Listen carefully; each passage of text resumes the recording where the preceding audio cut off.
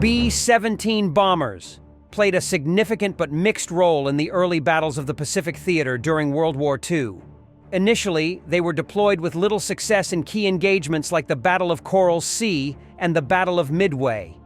The 5th Air Force's B-17s were tasked with disrupting Japanese sea lanes, but their doctrine of high-altitude bombing resulted in only a small fraction of bombs hitting their intended targets, around 1%. However, their operational altitude kept them out of range of most Japanese A-6M0 fighters. The B-17 saw their greatest success in the Pacific during the Battle of the Bismarck Sea. On 2 March 1943, 6 B-17s from the 64th Squadron, flying at 10,000 feet, attacked a Japanese troop convoy near New Guinea. They used skip bombing tactics, a low-altitude approach, to sink the transport ship Kyokusei Maru, which was carrying 1,200 Japanese troops. 2 other transports, Teiyo Maru and Nojima, were also damaged in the attack. 13 B-17 bombers bombed the convoy again, forcing it to scatter and reducing its defensive capabilities. During this action, the 8 Lightning escorts. 1 B-17 was shot down, and its crew bailed out, only to face attacks from Japanese pilots as they descended by parachute and after landing in the water.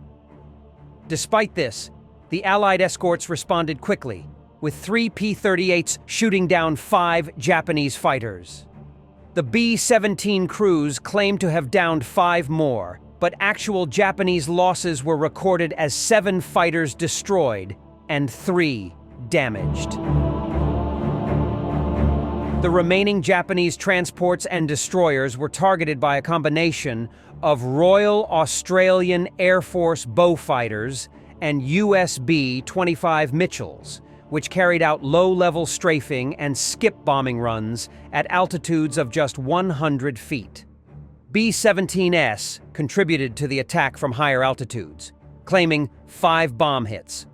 The following morning, on April 4, 1943, a B-17 successfully sank the destroyer Asashio with a 500-pound bomb while it was rescuing survivors from another ship, Arashio.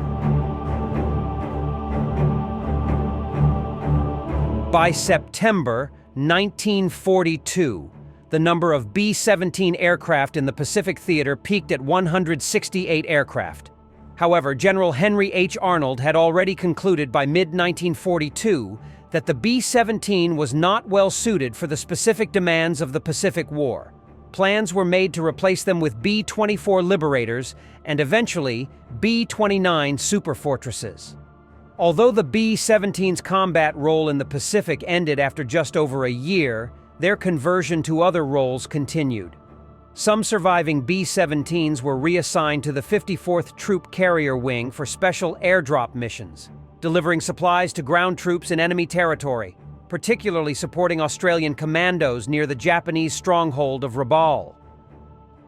Even though B-17s were phased out from direct combat roles, they found a new purpose later in the war as search and rescue aircraft. Redesignated as B-17Hs and later SB-17Gs, these planes were equipped with lifeboats that could be dropped to stranded bomber crews. Nicknamed Dumbos, these aircraft performed crucial rescue missions, helping to save the lives of downed airmen over the vast expanses of the Pacific. The Dumbo B-17s continued to serve long after the war had ended. Prior to the attack on Pearl Harbor, the Far East Air Force, FEAF, based at Clark Field in the Philippines, had 35 B-17s, with plans to increase that number to 165 when news of the Pearl Dao ended.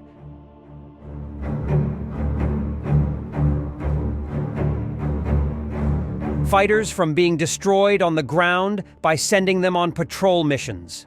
He had planned to launch B-17 raids against Japanese airfields in Formosa, modern-day Taiwan, but these plans were overruled by General Douglas MacArthur. A series of miscommunications, confusing reports, and delays ultimately prevented the B-17s from launching their raids. By the time the aircraft were ready to take off, they were destroyed by Japanese bombers from the 11th Air Fleet.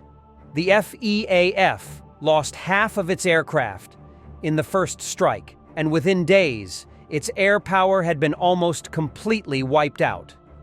One notable early B-17 engagement occurred on 10th December 1941, when Captain Colin Kelly's B-17C was involved in an attack on a Japanese warship. Kelly was originally believed to have crashed his plane into the battleship Haruna, but it was later confirmed that the target had actually been the heavy cruiser Ashigara, and that Kelly's bombs had narrowly missed. Despite this, Kelly became a celebrated war hero. He held his burning B-17 steady long enough for most of his crew to escape before crashing near Clark Field in the Philippines.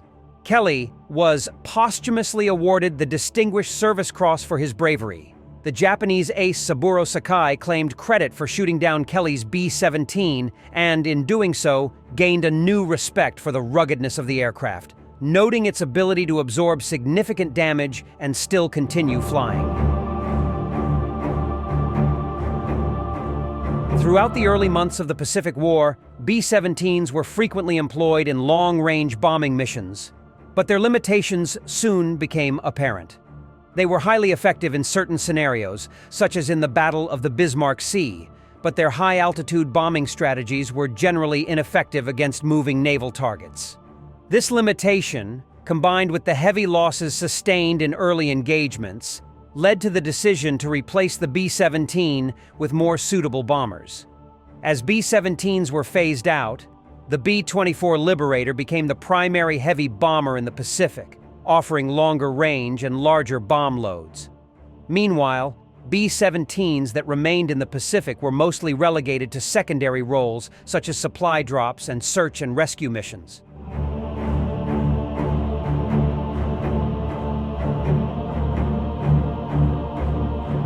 Despite their early struggles, B-17 left a lasting legacy in the Pacific, and their role in the Battle of the Bismarck Sea remains one of the highlights of their service in the region. By the end of the war, B-17s had proven their durability and versatility, contributing in ways beyond just bombing. Their ability to adapt to new roles ensured that they remained a valuable asset to the Allied forces, even as more advanced bombers took over their primary missions.